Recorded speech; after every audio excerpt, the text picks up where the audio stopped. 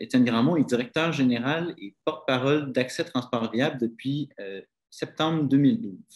Par ses fonctions et ses engagements sur différents conseils d'administration, d'organisations régionales et nationales et divers comités consultatifs, il participe activement au débat public sur les enjeux de mobilité durable et d'aménagement du territoire. Étienne, c'est à toi. Merci beaucoup, Samuel. Merci pour l'invitation. Très apprécié. Donc, avant de commencer, je pense que vous voyez mon écran. Juste me faire signe qu'on est correct. C'est bon? OK. Bien, merci beaucoup pour l'invitation. Donc, c'est ça, un petit mot sur Accès Transport Viable, une organisation à but non lucratif basée à Québec, dont la mission est de défendre les droits des utilisateurs et utilisatrices des transports collectifs et actifs dans la grande région métropolitaine de Québec. Et on fait aussi beaucoup d'activités de sensibilisation tout au long de l'année pour convaincre les décideurs et la population générale des avantages de ces mêmes modes de transport durables. Donc, les transports, le poids lourd de l'aménagement, je m'attarderai principalement à démontrer les liens entre l'aménagement et les transports, quoique Frédéric a déjà mis un peu la table, et aussi quelques pistes de solutions qui éventuellement pourraient, selon nous, là, se retrouver dans la future stratégie nationale d'urbanisme et d'aménagement du territoire. Donc, voici. Donc, Québec ne fait pas exception là, à ce qu'on voit un peu partout en Amérique du Nord. On est dans un mode depuis le début du 20e siècle, là, un mode de déploiement ou d'organisation du territoire qui s'est fait en phases successives, qu'on peut séparer là, par la première moitié du 20e, les 30 Glorieuses qui ont suivi la Seconde Guerre mondiale et depuis les années 80. Donc, avant la Première Guerre, avant la Deuxième Guerre mondiale, en fait, on était vraiment dans une ville qui se marchait. On créait des milieux de vie où on était capable de faire un ensemble de déplacements à pied. Donc, aller à l'épicerie, aller à la caisse pop, à l'église, etc., aller à l'école, tout ça se faisait à pied. Puis quand on avait des déplacements plus longs à faire, ben, on se faisait ça en transport en commun, en tramway. Donc, les quartiers aussi étaient développés en fonction du développement du transport en commun. Donc, c'était le TOD avant le TOD. Après la Seconde Guerre mondiale, une embellie économique, les femmes qui vont sur le marché du travail, on veut quitter la ville aussi parce qu'on veut la fuir en quelque part. Il y a beaucoup de désagréments à vivre en ville d'un point de vue sanitaire, d'un point de vue pollution aussi. Donc, et puis, il y a cette disponibilité financière-là qui va autoriser les ménages à s'acheter des véhicules. Donc, on va commencer à s'étendre sur la première couronne de banlieue. Et même s'il y a certaines centralités, là, souvent autour des anciens cœurs villageois, on est capable quand même de faire quelques déplacements à pied, mais on comprend que beaucoup de nos déplacements commencent à s'organiser autour de l'automobile. Et depuis 1980, mais c'est l'explosion. Les territoires occupés par la première banlieue, les premières couronnes de banlieue sont largement utilisés. Donc, on va commencer à aller de plus en plus loin et occuper les deuxième et troisième couronnes. Et là, on est dans un mode où il y a un éparpillement des lieux de destination, des fonctions et aussi une surutilisation d'automobiles qui ont construit très, très loin, même si les lieux de destination demeurent relativement les mêmes.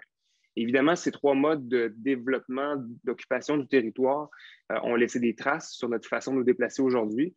Comprenez avec les statistiques qu'on a en bas que dans les plus vieux quartiers, on marche et on utilise le vélo et on utilise le transport en commun beaucoup plus aujourd'hui que ce qui se passe aujourd'hui. Petit exemple rapide, là, une photo de 1985 à Québec avec la création de deux autoroutes, ou prolongement d'autoroutes, en fait, je devrais dire, Henri IV à l'ouest à la fin des années 80 et Robert Bourassa au nord de Le Bourgneuf, donc en plein cœur, au centre géographique de la ville de Québec.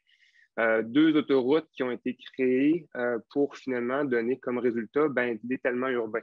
L'étalement urbain qui est à l'intérieur du périmètre d'urbanisation, mais qui quand même, c'est un mode de développement qui est peu dense, axé autour d'automobiles. On est dans des secteurs de la ville qui sont essentiellement des dortoirs. Donc, on est vraiment dans l'étalement urbain de par la forme. Mais donc, c'est ça. Ces autoroutes-là ont permis d'ouvrir le territoire et on y a construit peu dense, dépendant de l'automobile. Et c'est une tendance qui est toujours présente. Entre 2006 et 2016, il faut savoir que 98,5 % de la croissance démographique dans la région métropolitaine de recensement de Québec a eu lieu dans les banlieues et dans les zones périurbaines. Donc, ce n'est pas rien, près de 100 % du développement s'est fait à l'extérieur du centre-ville. faut savoir que Québec, malgré le fait qu'on continue à développer le réseau autoroutier, Québec est la deuxième ville au Canada, après Calgary, en termes de kilomètres voies d'autoroute par habitant. Et en conséquence, le nombre de voitures a augmenté 2 fois plus vite que la population entre 2001 et 2011. Donc, les voitures se reproduisent 2 fois plus vite que les humains à Québec. C'est partout pareil, hein, évidemment. Donc, on a comme résultat, comme conséquence, en fait, là, des villes qui se développent à vitesse grand V dans la périphérie, en amont du réseau autoroutier, ce qui ajoute à la pression, évidemment, sur une demande plus grande d'augmentation de la capacité autoroutière. Donc, l'exemple de Sainte-Brigitte-de-Laval, entre 2011 et 2016, donc au recensement de 2016, on a pu déterminer que c'était la ville de 5 000 habitants au Québec qui avait eu la plus forte croissance démographique. On parle de 29 en 5 ans. Le calcul, ça fait beaucoup de pourcents par année. Et malgré cela, on continue quand même à avoir, malgré cela et à cause de cela, en fait, on continue à avoir de la pression, de la demande pour avoir des nouvelles infrastructures autoroutières. Donc, on en a parlé tantôt. Le troisième lien est un bel exemple aussi à Québec de cette demande politique, même si la demande réelle en transport, elle n'est pas là. Donc, on sait très, très bien que le nombre de déplacements entre l'Est de Lévis et l'Est de Québec est très, très faible, mais il y a une volonté, une demande politique très forte qui est exprimée depuis plusieurs années, là, depuis les années 60 avec le plan Vendry-Jobin à Québec, qui est un grand plan de réaménagement des autoroutes à Québec, qui a été réactivé. Jamais aucune étude, même s'il y en avait eu plusieurs, jamais aucune étude avait prouvé qu'on avait besoin d'une infrastructure comme celle-là, mais en 2014, pendant une campagne électorale québécoise, la Chambre de commerce de Lévis avait ramené cet enjeu-là et c'est redevenu important tout d'un coup, poussé par certaines radios et par un certain électorat. Donc, on se retrouve avec des projets comme ça qui réapparaissent. Et pourtant, ces projets-là arrivent, mais je veux dire, le réseau municipal, les principaux qui desservent les principaux lieux de destination, on en a 3 principaux au Québec. Là. Il y a le secteur de la colline parlementaire Vieux-Québec, il y a le secteur de Sainte-Foy, l'Université Laval, Place-Laurier, il y a beaucoup d'employeurs dans ce coin-là aussi, puis il y a le secteur de Bourgneuf aussi, évidemment, qui sont les 3 principaux lieux. Mais les réseaux municipaux sont déjà saturés à ces endroits-là. Et pourtant, on continue à augmenter la capacité des réseaux supérieurs. On continue à développer le résidentiel en amont du réseau autoroutier et on ajoute constamment des véhicules vers un réseau qui, lui, est saturé, mais non seulement saturé, mais en plus, on ne peut pas ajouter de la capacité au centre-ville. Il y a un cadre bâti et on doit le protéger. Je suis certain que Frédéric serait très, très d'accord avec moi. Donc, qu'est-ce qui fait cette demande très, très grande pour une augmentation de la capacité routière? Bien, plusieurs choses. On ne va pas se mettre la tête dans le sable. Il y a quand même des enjeux politiques, comme je l'ai laissé entrevoir tout à l'heure. On regarde la carte des résultats d'élection de 2018. C'est assez clair qu'il y a une volonté de poursuivre dans le statu quo, notamment les enjeux de transport sont toujours au cœur des campagnes électorales, là, peu importe le niveau gouvernemental auquel elles sont adressées, mais il y a toujours une demande très, très forte pour une poursuite du statu quo. Les gens connaissent cette solution-là, sont dans des milieux où ils sont dépendants d'automobiles et où on veut continuer, dans le fond, à avoir cette fluidité de la circulation automobile. Alors, leur proposer une nouvelle façon de se déplacer à travers du transport collectif et actif, leur proposer de la densification dans leur secteur, dans leur milieu de vie. Évidemment, ça remet en question beaucoup leur façon de vivre et souvent, on y est opposé. Donc, c'est plus facile pour un parti politique de se présenter avec des solutions qui vont aller dans le sens de ce qu'on a toujours fait depuis les années 80, évidemment. Donc, c'est un cycle, c'est quelque chose qui est quand même dur pour les élus. À chaque cycle électoral, il y a une pression très, très forte pour augmenter la capacité des infrastructures routières ou autoroutières.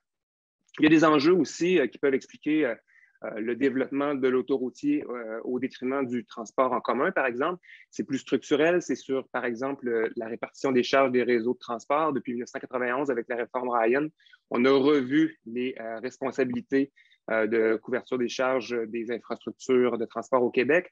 Donc, vous comprenez que pour une municipalité qui veut se développer et continuer à voir au déplacement de sa population, de ses citoyens, de ses commettants, mais c'est plus intéressant d'un point de vue strictement financier, budgétaire, d'aller cogner à la porte du MTQ qui va assurer 100% des immobilisations et de l'exploitation plutôt que de se développer un système de transport en commun. Donc, il va avoir au moins une partie de la charge, très possiblement une partie de la charge en immobilisation, sauf pour les transports plus lourds comme le métro ou le tramway, mais surtout 100% des immobilisations. Donc, ça coûte plus cher se développer autour du transport en commun. Donc, on a clairement un deux poids, deux mesures, très bien documenté par Vivre en Ville par ailleurs. Donc, quelques pistes de solutions, j'y vais vraiment rapidement parce que le temps passe vite. D'abord, s'accrocher à la politique québécoise de mobilité durable.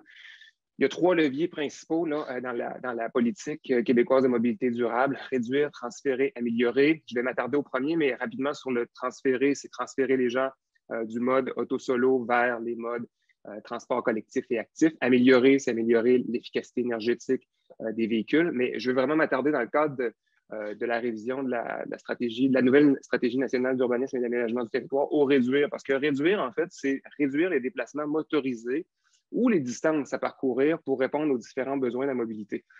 Donc, en gros, c'est revoir comment on fait notre aménagement du territoire. Ça, là, évidemment, c'est plus difficile parce qu'on propose un changement de paradigme important, comme je le soulignais tantôt, en lien avec l'appétit électoral pour ça, mais aussi, c'est là où on va avoir les effets qui seront qui auront le plus d'impact à long terme. Je donne un petit court exemple sur un projet à Montréal que j'aime bien. Il n'est pas parfait. Évidemment, j'ai entendu toutes sortes de choses qui auraient pu être améliorées par rapport au projet Bonaventure à Montréal, mais sur le principe même là, de dire qu'on prend une autoroute et qu'on la transforme en boulevard pour permettre une meilleure utilisation de l'espace au sol, notamment, puis faire de la densification aux abords de ce boulevard-là, puis travailler aussi à améliorer la qualité de vie, puis augmenter aussi la facilité à se déplacer en transport collectif ou actif. C'est vraiment une partie intéressante et inspirante. Le NTQ ne le fait pas, ce projet-là, ça appartenait à la Ville de Montréal et au gouvernement fédéral. Mais ici, à Québec, on a des projets comme celui-là qui pourraient être réalisés. On ne sent pas encore l'appétit au niveau du gouvernement, mais on va travailler fort. Vous avez l'autoroute Laurentienne au sud de Félix-Leclerc. Vous avez une vue vers le sud là, actuellement. Là. Donc, l'autoroute qui pourrait être convertie en boulevard. Puis vous voyez qu'on a une autoroute qui est à l'entrée du centre-ville, entre des quartiers où les transports collectifs et actifs sont très, très bien développés, très bien utilisés. C'est des vieux quartiers, comme je le disais tantôt, c'est des TOD avant le TOD.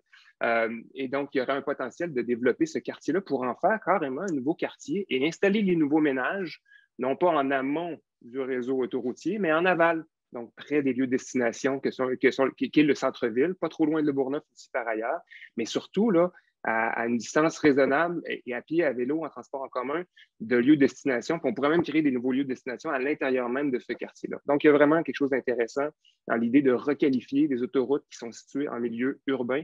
C'est une très, très belle prise. J'aimerais axer comme dernière piste de solution sur revoir la gouvernance. On a un petit problème au Québec, selon nous. Les transports et l'aménagement du territoire sont vraiment intrinsèquement liés, pourtant sont gérés par deux ministères, deux ministres différents.